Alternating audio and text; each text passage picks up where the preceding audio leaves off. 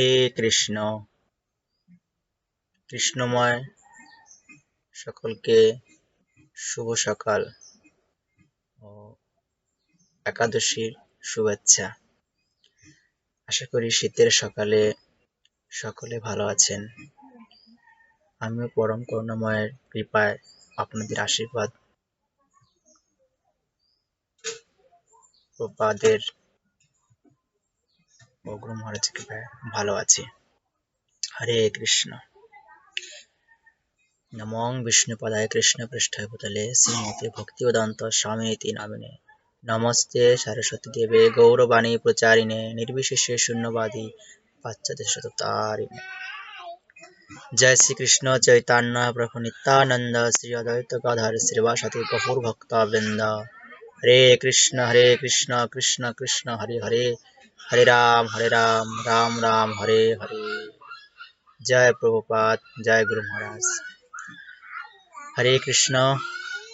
एकादशी तिथि, एकादशी संबाद। आज 10-1-2025 इंग्रेजी रोज शुक्रवार, पवित्र पुत्रदा एकादशी वास।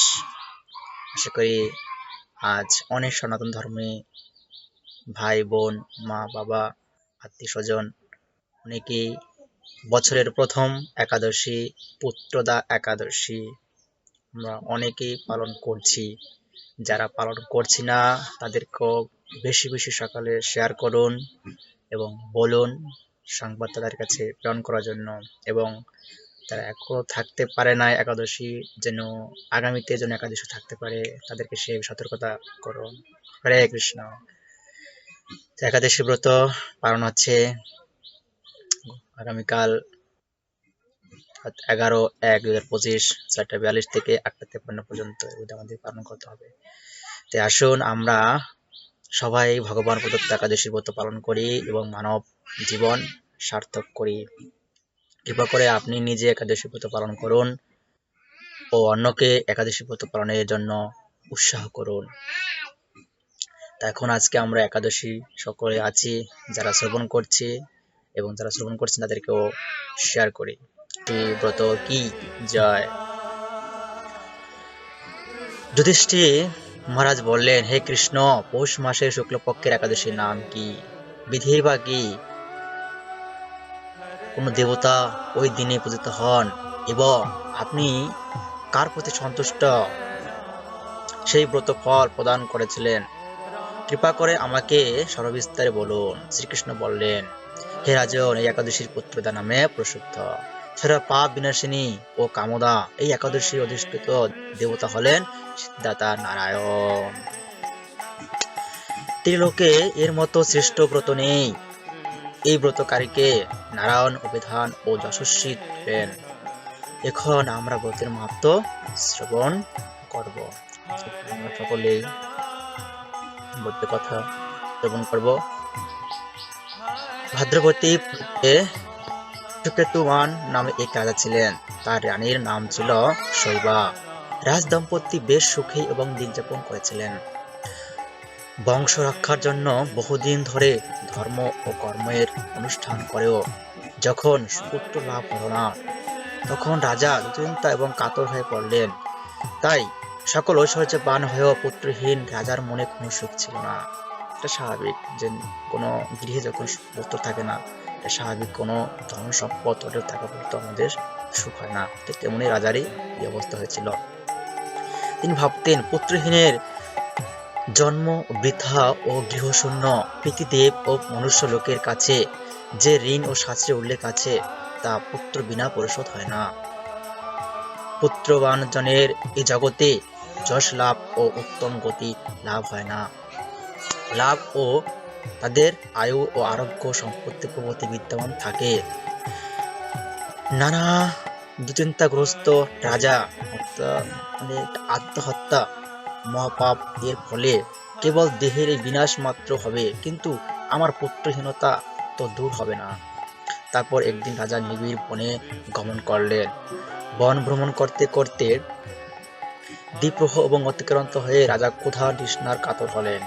এদিক ওদিক এবং জলাদির এবং অনুসন্ধান করতে লাগলেন। তিনি চক্রবাক ও রাজহংস এবং নানা রকম মাছে এবং পরিপূর্ণ একটি মনোরম সরোবর দেখতে পেলেন।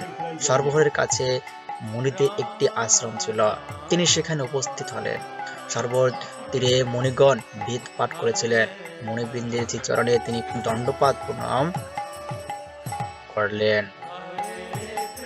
মুনিগণ রাজাকে বললেন, হে মহারাজ, আমরা আপনার প্রতি প্রসন্ন হয়েছি, আপনার কি প্রার্থনা বলুন। রাজা বললেন, আপনারা কে এবং কি জন্যই বা এখানে সমবেত হয়েছেন? মুনিগণ বললেন, হে মহারাজ, আমরা বিশ্বদেব নামে প্রসিদ্ধ এই সরোবরে স্নান করতে এসেছি। আজ থেকে এবং 5 দিন পরেই মাঘ মাস আরম্ভ হবে। আজ পুত্রদা একাদশী তিথি। পুত্রদান করে বলেই এই একাদশীর নাম পুত্রদা। ভগবান পুত্রদান করেন বলেই এই একাদশীর নাম হচ্ছে পুত্রদা। তাদের কথা শুনে রাজা বললেন, হে মণিবন্ধু, আমি অপুত্রক, আমার পুত্র নেই, তাই পুত্র কামনায় অধীর হয়ে পড়েছি। এখন আপনাদের দিকে আমার হৃদয়ে আশার এবং সঞ্চয় হয়েছে। এই দুর্ভাগা পুত্রহীনের প্রতি অনুগ্রহ করে একটি পুত্র প্রদান করুন। মণিগণ বললেন, হে মহারাজ, আজ সেই পুত্রদা একাদশী তিথি, তাই আপনি এই একাদশী ব্রত পালন করুন। ভগবান শ্রীকেশবের অনুগ্রহে অবশ্যই আপনার পুত্র লাভ হবে।